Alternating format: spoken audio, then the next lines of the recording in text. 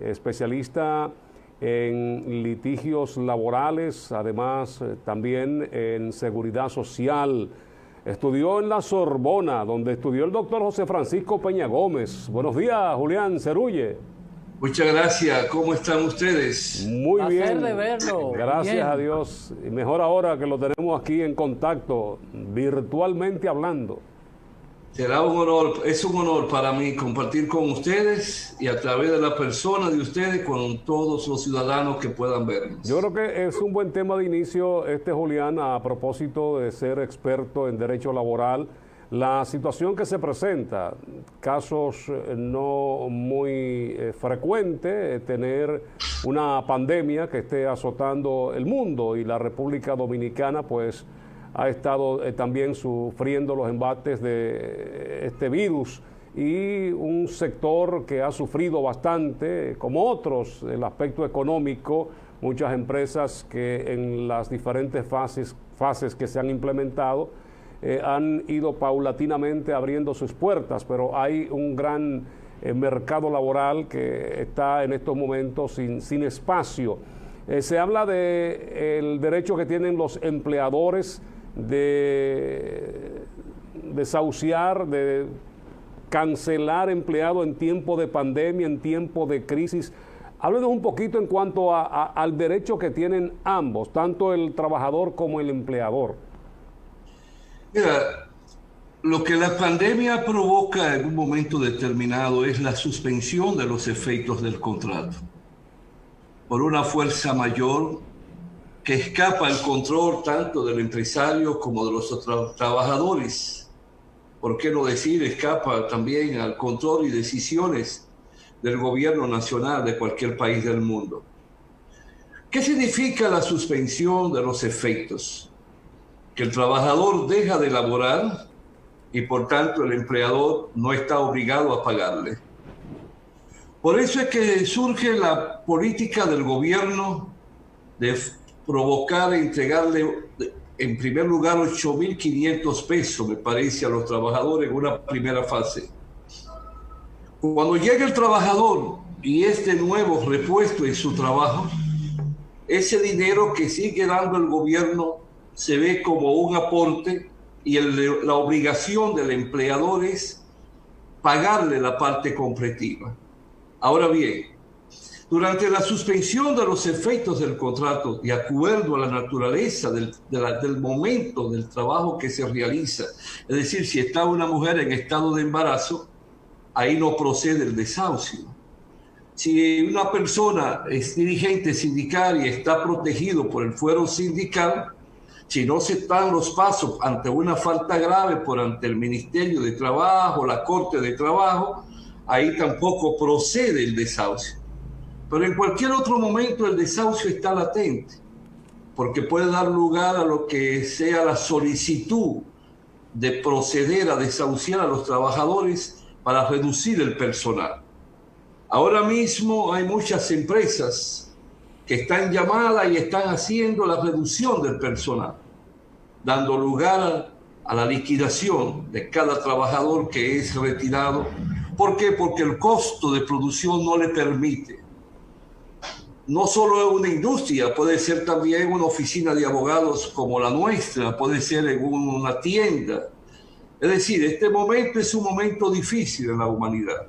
Hay empresas que no te pueden mantener y tampoco se pueden alargar en la suspensión a menos que se busque una decisión intermedia, atendiendo que el Código de Trabajo solo hace permisible la suspensión durante un año por espacio de 90 días. Hay quienes han dicho que el Ministerio de Trabajo tiene facultad y potestad para dar un plazo mayor a los 90 días. Considero que es un asunto a ponderar dentro del manto de una crisis como la que estamos viviendo. Es decir, el momento es difícil. Hay empresas, principalmente en la construcción, que han retirado ya 3.000 y pico de trabajadores, entre 12 empresas de la construcción en Santiago. Y por otro lado tenemos pequeñas y medianas fábricas que no pueden soportar. ¿Por qué? Porque no hay el consumo, no hay la demanda de los productos. Empresas como Zona Franca también han mermado no solo aquí, en todo el Caribe, en Asia. Es algo que el mundo entero se ha visto afectado y por tanto hay medidas que tienen que ser tomadas. Sobre el análisis que ustedes hacían, es ponderativo todo lo que ustedes estaban señalando. Yo creo que lo más importante es que los gobiernos, el gobierno, cuando hablo de los gobiernos me refiero a los gobiernos de los pueblos del mundo, de los países del mundo, hablen con el país, eduquen el país, pero también sean enérgicos en la aplicación de las medidas preventivas. Cuando se dice que hay un toque de queda, es un toque de queda. No es para bailar, no es para tomar, no es para recrearse en las esquinas y en los bares, no. Las medidas deben ser tomadas y deben ser respetadas. Eso no es dictadura, eso es un accionar de protección colectiva. Si nosotros, por ejemplo, todo el que llega aquí no se le toman todas las medidas preventivas, ponemos en riesgo el personal de la oficina. Y si nosotros no mantenemos la distancia entre una secretaria y otra secretaria, entre un abogado y otro abogado, ponemos en juego a todos los demás integrantes. Son acciones colectivas. Y lo que es colectivo es de orden público. Y el interés particular no prima. No prima el interés del dueño de un bar, del dueño de un nightclub, no. Prima el interés de la colectividad ante aquellos que no creen que esto es cierto. Antes de yo empezar a hablar con ustedes tenía puesta mi mascarilla. Cuando me pare de aquí, termine la entrevista, me pongo mi mascarilla. ¿Por qué? Porque alrededor mío hay personas, aunque son a quienes la oficina le paga, pero tengo que respetarlo porque hay normas que se imponen al interés particular. Doctor, ¿cómo podríamos definir esto en materia de derecho laboral? Hay muchas empresas que tienen a los empleados en el sistema suspendidos, pero están trabajando. Ellos les están pagando su salario y el dinero que le entrega FASE, ellos se lo descuentan. Esto está generando una situación que al momento de pagar el doble sueldo o en el proceso de acumulación de los derechos adquiridos, esa persona se ha pasado trabajando 6 meses que en el sistema está sin trabajar. El Estado está siendo estafado porque esa persona está trabajando, pero al Estado yo le estoy diciendo que no está trabajando y al final no le doy la ventaja porque vamos a decir, le quito el dinero al Estado, pero al final esto ayuda a que lo reciba el trabajador y hay empresas que se lo están quedando. Y le están generando una situación de doble sueldo, de vacaciones y de todas estas cosas. ¿Cómo normar esto o cómo se llama esto en derecho? No, eso no tiene ningún término, porque la ley es la ley. Fíjense, si yo solicito si yo tengo mi trabajador afiliado a la Seguridad Social, automáticamente ese trabajador pasa a beneficiarse de los planes del gobierno en lo que fue la fase 1 o lo que es la fase 2. Si yo entro el trabajador a laborar, ahí mismo se cae ya la suspensión que yo solicité. O sea, no basta que yo tenga el trabajador afiliado a la Seguridad Social. Yo tengo que solicitar del Ministerio de Trabajo la suspensión de los efectos del contrato de trabajo, como ya le expliqué, por un tiempo determinado, no más de 90 días, en un estado de normalidad, en un estado de emergencia como el que estamos viviendo, se determinará si hay facultad o no en el ministerio de dar más o por encima de los 90 días. Ahora bien, el decreto que dio a conocer al país el presidente de turno, cuando se habló del aporte de la fase 1 y después de la fase 2, es un aporte al empresario para que lo reciba el trabajador, el que está afiliado a la Seguridad Social. El que no está afiliado no lo recibe. Entonces el empleador es quien está obligado a darle esa suma que no pudo recibir del gobierno porque no estaba al día en la Seguridad Social. Ahora bien, si el empleador reintegra al trabajador sin haber transcurrido el tiempo solicitado y otorgado por la suspensión se cae. Si él quiere otra suspensión o beneficiarse, tiene que volverla a solicitar.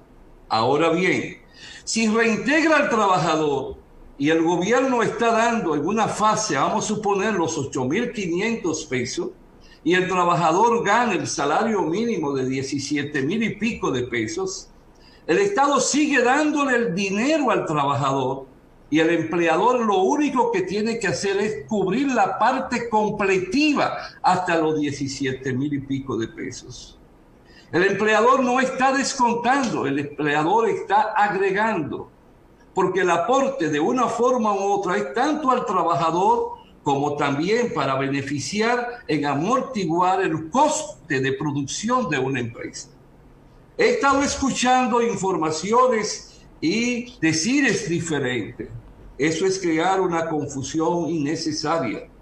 No se puede decir que el empleador está estafando, no. O sea, yo quiero todo lo mejor para el trabajador. Ahora, usted le va a sacar su liquidación, usted va a computar el salario.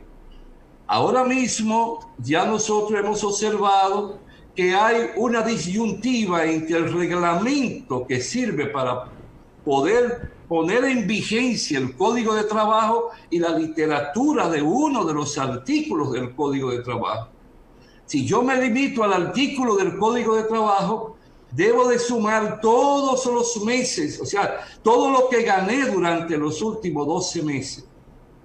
Y si dejo de trabajar 6 y lo divido entre 12, el trabajador va a mermar considerablemente sus prestaciones.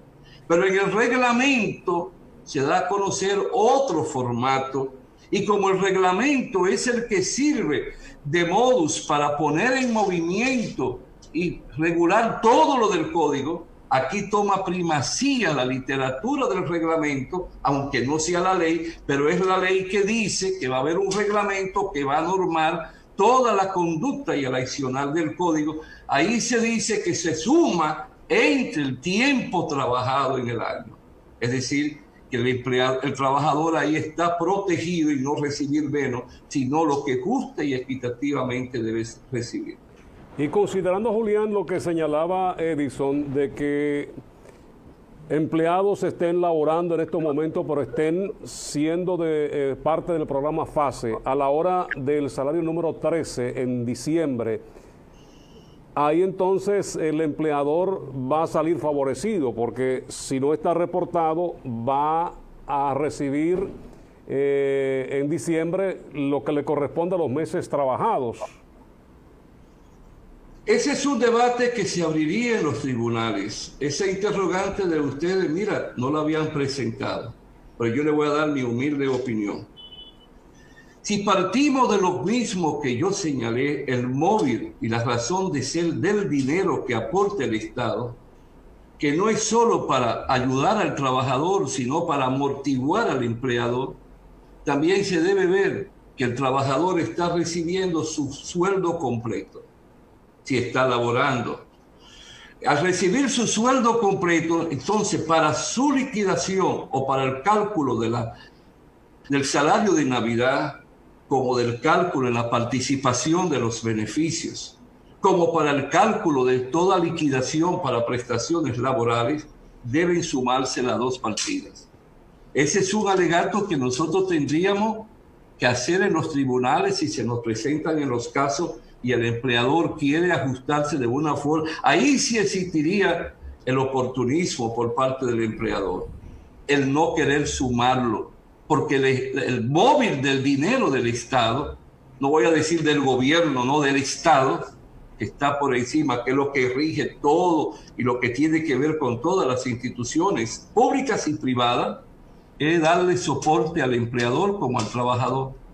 Por tanto, hay que verlo como que eso sale a favor del trabajador y debe ser computado para todos sus demás derechos colaterales con carácter de derechos adquiridos. Mire Es algo, un alegato doctor. que nosotros defenderíamos en los tribunales. Vamos a brindarle virtualmente una taza de Café Santo Domingo para yo explicarle otra cosa también que está sucediendo con eso. Café Santo Domingo, Buen día, sabor señora. que empieza en el aroma. Café Santo Domingo. No solamente está el tema del doble sueldo, porque es que conozco de casos que no quiero detallar, porque lo que quisiéramos es que el ministerio tome...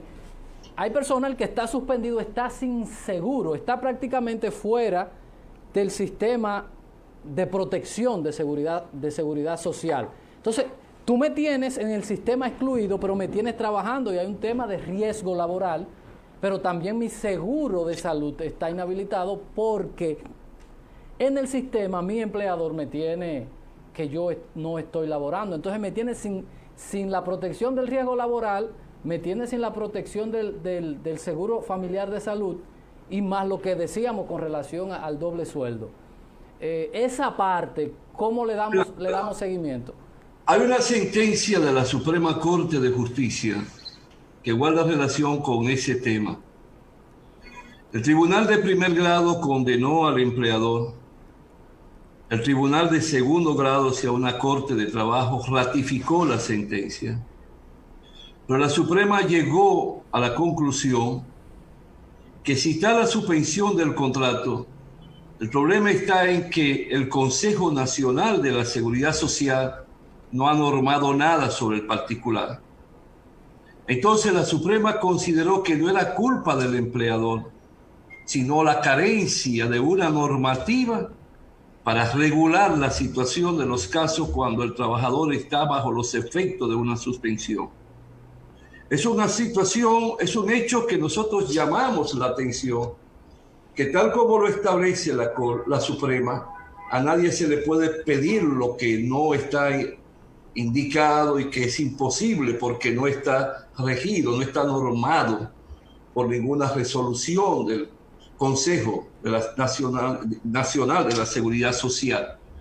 Yo llamo al Consejo a que debe tomar ese caso en sus manos y se debe regular la situación, porque es muy injusto que un trabajador, no por su culpa, que viene cumplimentando todos los meses que les recuentan de su salario para cotizar su porcentaje en la seguridad social, por un hecho de imposibilidad del empleador, él pierde el derecho momentáneo.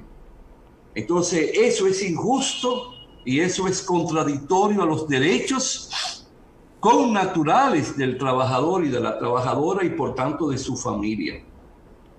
Eso hay que regularlo, eso hay que resolverlo, como hay que resolver el de los trabajadores agrícolas, como hay que resolver el de las trabajadoras domésticas, que ya no merecen que se le dé más larga a la situación.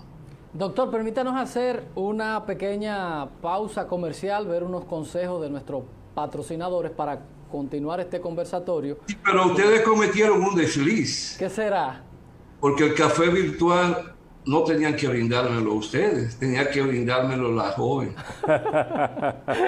Publicidad y ya volvemos con Julián Cerulle, un experto en derecho laboral, también en seguridad social y todo lo que envuelve. Pero nuestra oficina se dedica a todas las áreas del derecho. Exactamente. Vamos entonces, cuando retornemos, a hablar un poco de la justicia y el formato que tiene, que cuando estábamos detrás de escena, escuchamos decir que ustedes tienen salas ahí para las audiencias virtuales, para que veamos eso, porque ahora todo nos toca hacerlo virtual y nos ha tocado a los que no somos nativos de la tecnología a adaptarnos a muchísimas cosas. Julián Cerulle, después de la pausa.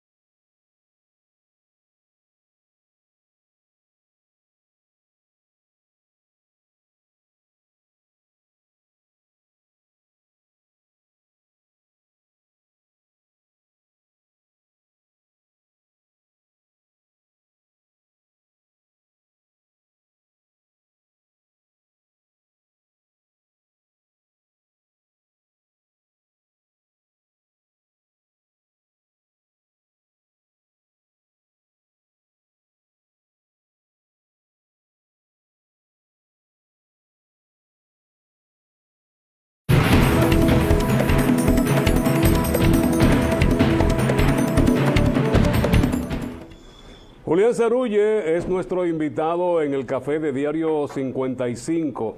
La tecnología nos ha hecho replantear muchas cosas, Julián, reinventar en estos tiempos de pandemia.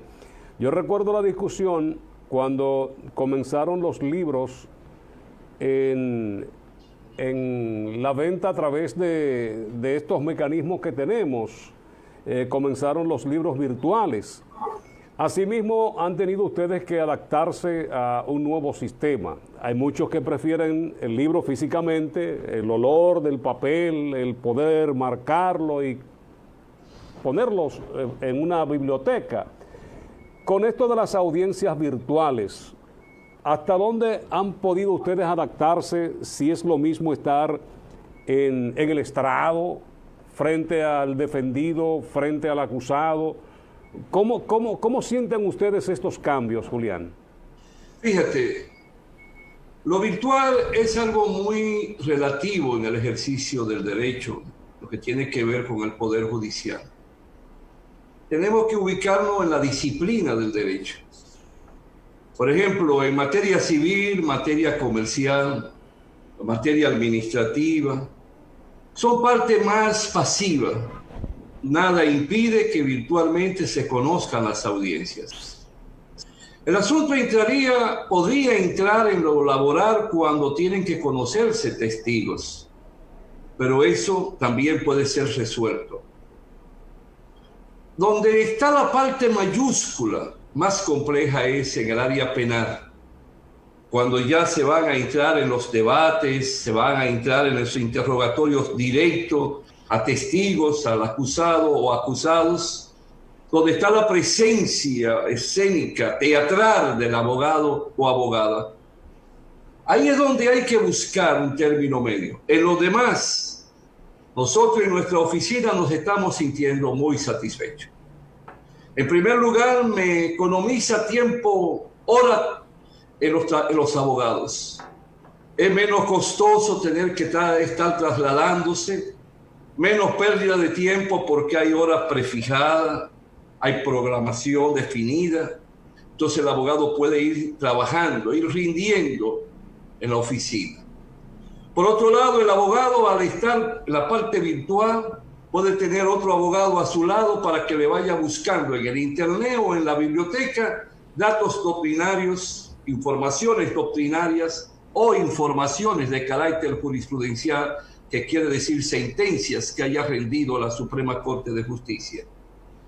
Nosotros vemos y hemos leído últimamente, nos llegó a la mano, como tú bien dices, por internet, un libro de un abogado inglés, donde ya para el 1980, estamos hablando de 40 años atrás, ya en Inglaterra se estaba trabajando en la justicia, en todo el sistema virtual, llegando al extremo que ya hay oficinas de abogados en Inglaterra, en Estados Unidos, que cuentan con la presencia y asistencia de robots que tienen tanto conocimiento, o cuidado si rivalizan, o cuidado si algo más, que cualquier abogado. El mundo cambió. La presencia del público de los 30 o 40 o 20 vagos que se sientan allí en los bancos de un tribunal, compáralo con lo que está pasando con el béisbol, o el basquetbol, o el fútbol, donde entonces no están los fanáticos, pero tú tienes que llevarlo en tu adentro, en tu psiqui, en tu espíritu, sentir que allí te están viendo, que tú estás hablando, que tú estás accionando en el estrado, que tú estás enarbolando tu tesis, y es como si hay un público que te está aplaudiendo. Todo eso entra ya en el ego del abogado o de la abogada.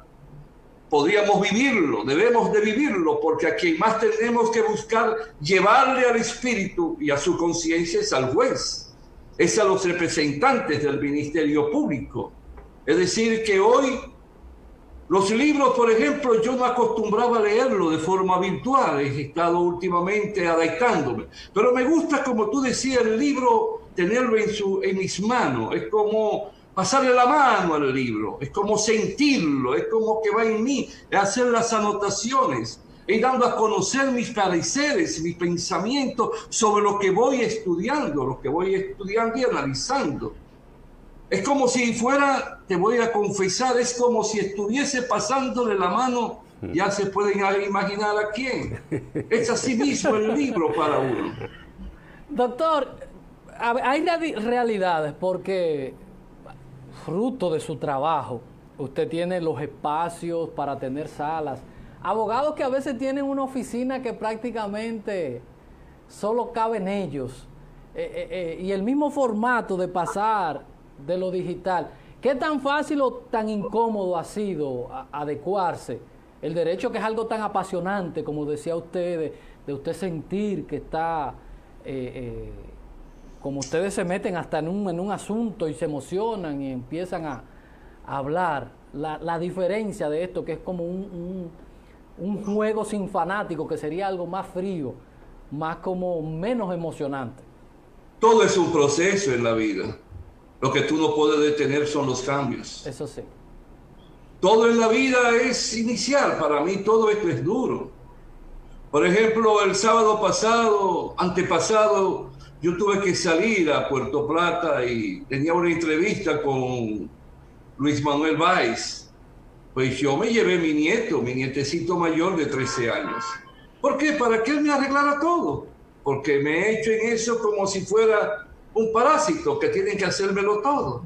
Pero eso soy yo.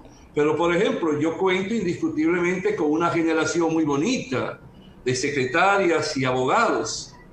Abogados que vuelan, que para ellos todo esto es como si fuera comerse un arroz con habichuela, un sancocho, porque están en un mundo diferente al mío, nacieron en una etapa diferente a la nuestra. Entonces tenemos que saber que la ciencia, la tecnología, eso no se detiene. Eso va con el nacer de nuevas generaciones, va en una ebullición permanente y constante. Y nosotros, los de mi edad, no podemos venir a obstaculizar ni ser contrario a ese adicional de la vida, de la naturaleza. Todo va cambiando, nada es estático. Tú puedes tener un sitio muy pequeño, no importa, el internet también se adapta a lo pequeño. ¿Ves qué grandeza? Qué grandeza de la tecnología, que el internet no eres tú quien te adapta, es él quien se adapta, porque con una pequeña laptop, con una pequeña computadora, tú te puedes sentar donde sea y desde ahí tú puedes, en el cuarto más pequeño, tú te puedes poner en contacto con la justicia, con el juez y pasar tu audiencia. Doctor, se ha empezado todo un proceso de justicia independiente, la designación de Miriam Germán, Jenny Berenice, que también es como la segunda protagonista de esta novela. ¿Qué le parece las expectativas con relación a usted, que es un actor en este proceso judicial? ¿Qué podemos esperar? ¿Qué le parece estas designaciones? Mira, tanto Miriam como Jenny son dos personas que conocemos. Jenny estuvo en Santiago, Miriam empezó a trabajar en Santiago en la oficina del doctor Salvador Jorge Blanco, tengo entendido. Y ella trabajó en una época donde existió la élite del derecho naciente. En Santiago estaba Salvador, el doctor José Augusto Vega, el doctor Vircán y el doctor Negro Vera, Ramón Antonio Veras, Negro. Es decir, que ella pudo pulirse también con los conocimientos de una forma u otra de diferentes generaciones, desde Salvador hasta Negro, en esa oficina. Lo más esencial hasta ahora es que estamos hablando de dos personas de una conducta intachable en su ejercicio al trayecto en la vida judicial. Tanto una como jueza y ahora como representante del Ministerio Público. Y Jenny creo que solo ha estado en el Ministerio Público que empezó en Santiago. ¿Dónde está el error? No es de ella. El error puede estar en determinados liberales que quieren hacer temas constantes, en querer presionar y adelantarse al tiempo. Todo lo que tiene que ver con la materia penal en particular, no soy un experto, pero tengo entendido Se coge su tiempo para preparar y motivar un expediente. Si queremos hacer un circo por un circo, creamos trauma en un pueblo y su futuro. Si queremos en sí que empiece a desentarse todo y que se comprenda que todo el que haya pecado, que haya ultrajado un solo centavo del patrimonio del pueblo, de la nación, debe de ir al banquillo de los acusados. No solo ir al banquillo, sino que existan los elementos probatorios para que un juez pueda condenarlo. Es el momento. Es un momento estelar, pero hay que hacer las cosas pausada, bien orquestada.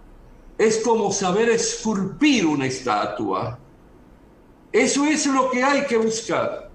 Es motivar a Miriam, es motivar a Jenny, motivarle, hacerle ver no están sola, estamos con ustedes, pero no como un simple circo romano para poder apacientar las masas, para poder adormecer las masas, tirar a los cristianos, tirar a los gladiadores y repartirle pan a las masas y callarla ante la miseria y el dilema de la antigua Roma. No, no, déjenla trabajar.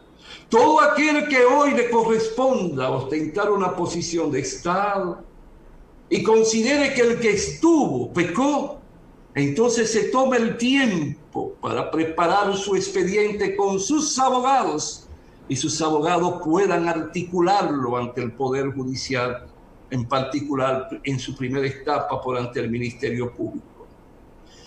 El gran jurista, el gran tribuno del Imperio Romano, Cicerón, Aurelio Cicerón, decía: la justicia está integrada y formada por hechos, y esos hechos deben ser probados.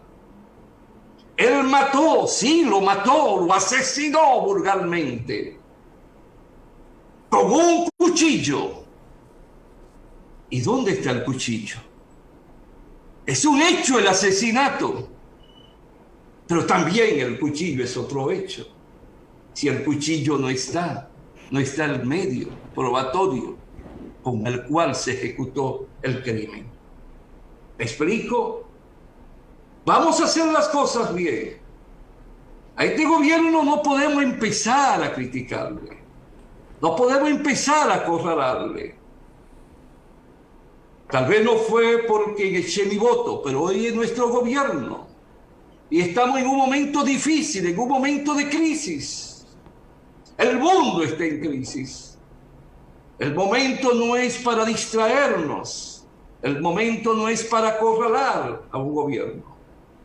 La justicia juegue su papel y el Poder Ejecutivo juegue su papel, y que reciba el aliento del pueblo y que ellos puedan demostrar que están siempre en el corazón del pueblo, hablando, conversando, motivando a un pueblo en estos momentos más de crisis.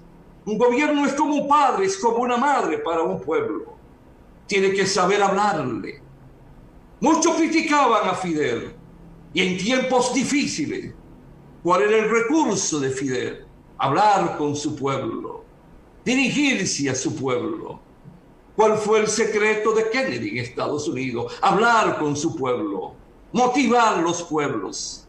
Eso es lo que tenemos que buscar, es podernos integrar, poder armonizar las acciones de las respuestas que deben provenir.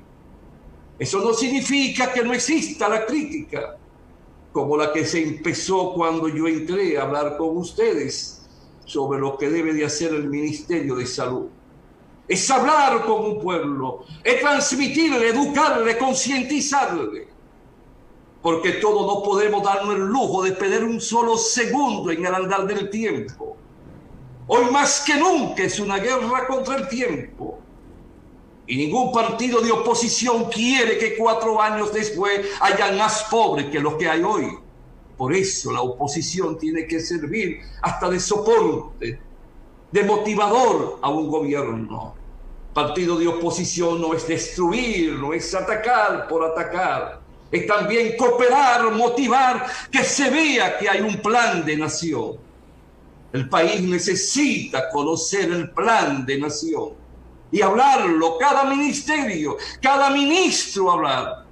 No cometer los errores de los ministros del pasado que no hablaban y dejaban al presidente como un hombre solo. No, hay que hablarle a su pueblo para que ese pueblo sienta entusiasmo, sienta amor y una voluntad de servir.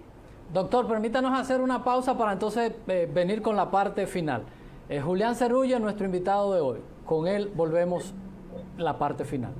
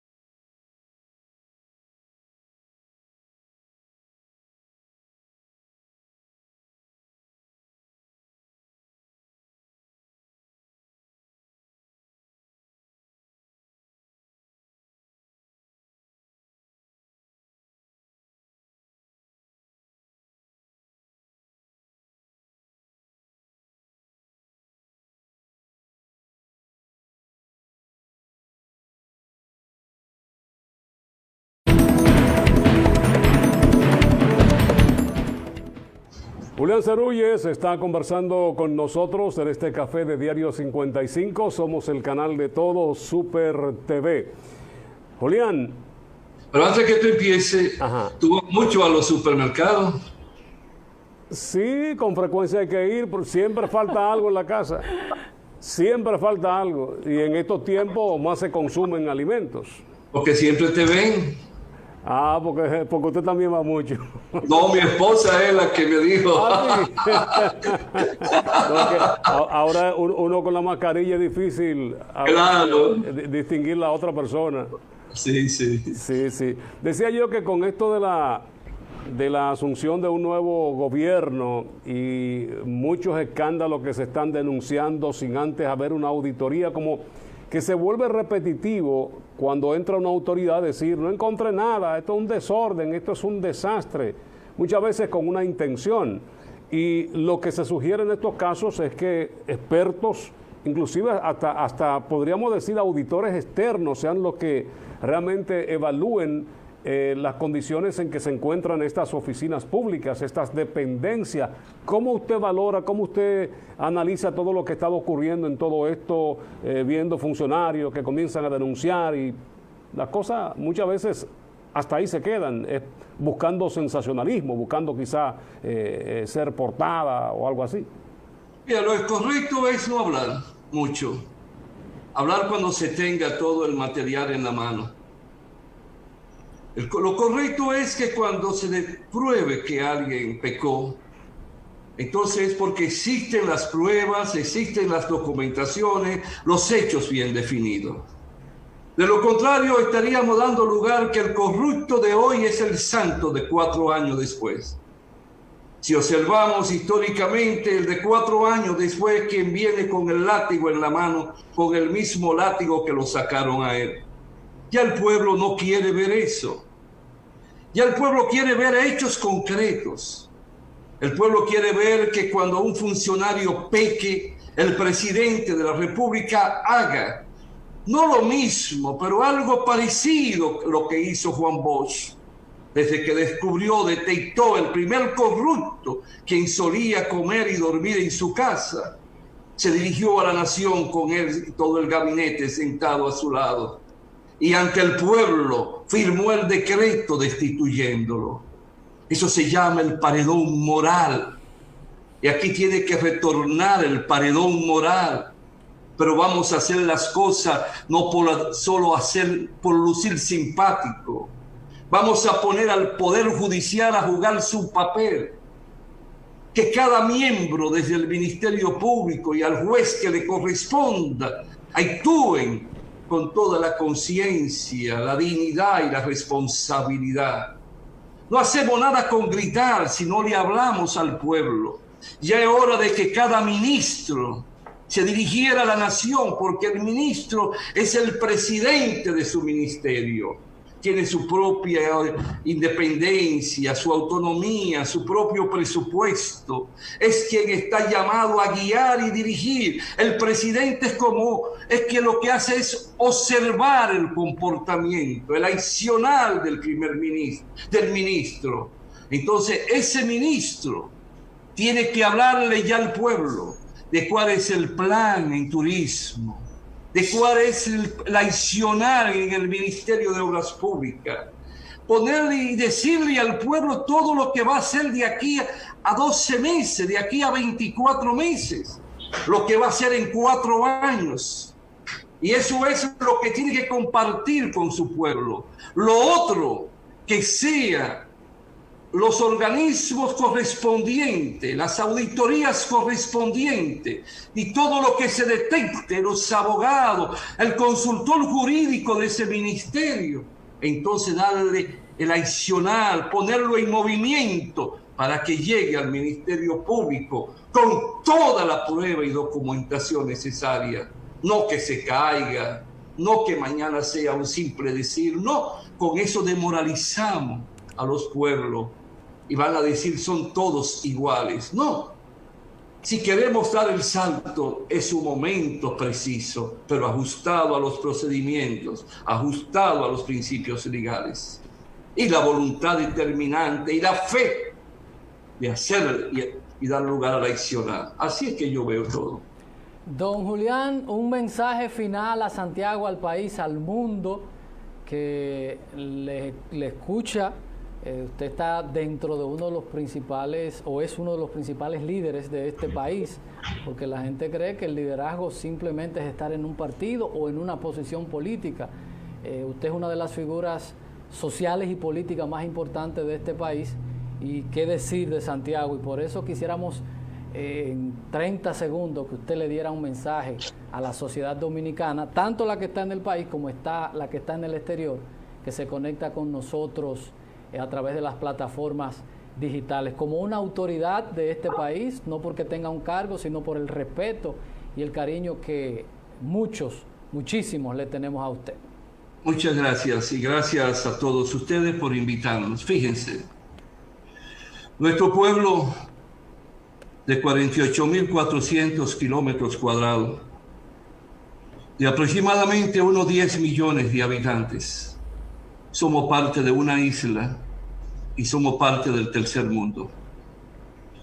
Eso indica que no nos sobra el dinero. Eso indica que todavía estamos atrasados en la tecnología y tenemos todavía millones de hombres y mujeres que viven en la miseria. Estamos pasando por una de las crisis sin precedentes en la historia de los pueblos del mundo. No hay una nación que no haya sido afectada y tocada por la pandemia. No hay una sola familia que pueda decirse que respira aire de tranquilidad, porque en cada familia algo ha ocurrido. Hemos visto partir a muchos seres amados. Hemos visto irse a destiempo personas extraordinarias y humildes, pero de valía también. Hay incertidumbre. Debemos de abrazarnos de forma solidaria. Debemos de aprender a compartir lo poco que podamos tener en la mesa, para la mesa.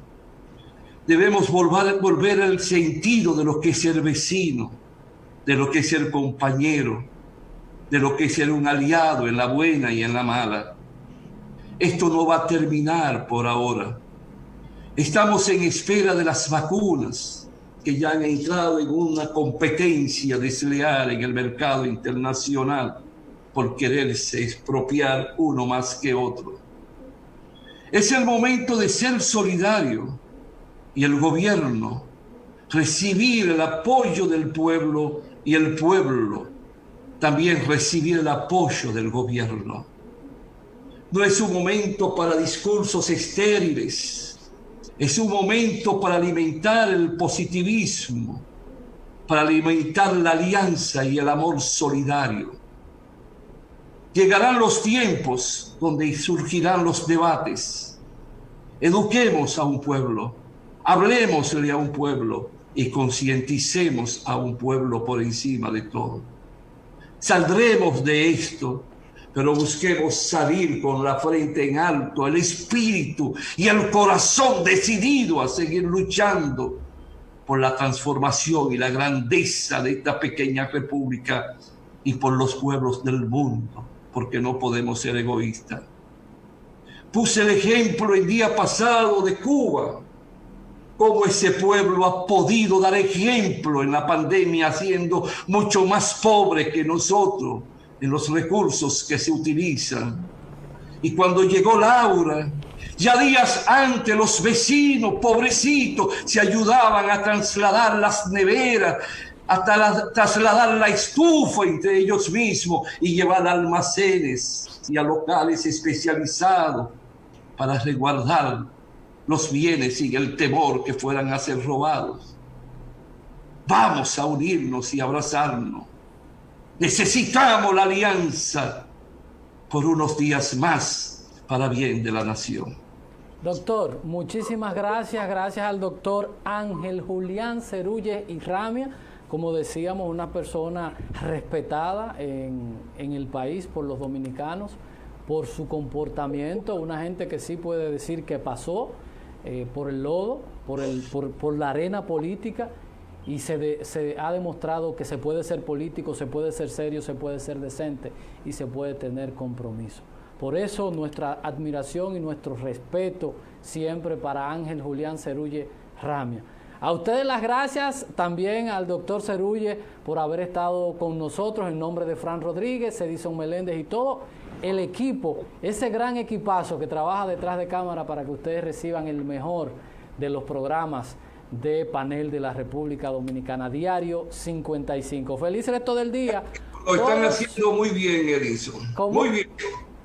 Sigan bien. Gracias.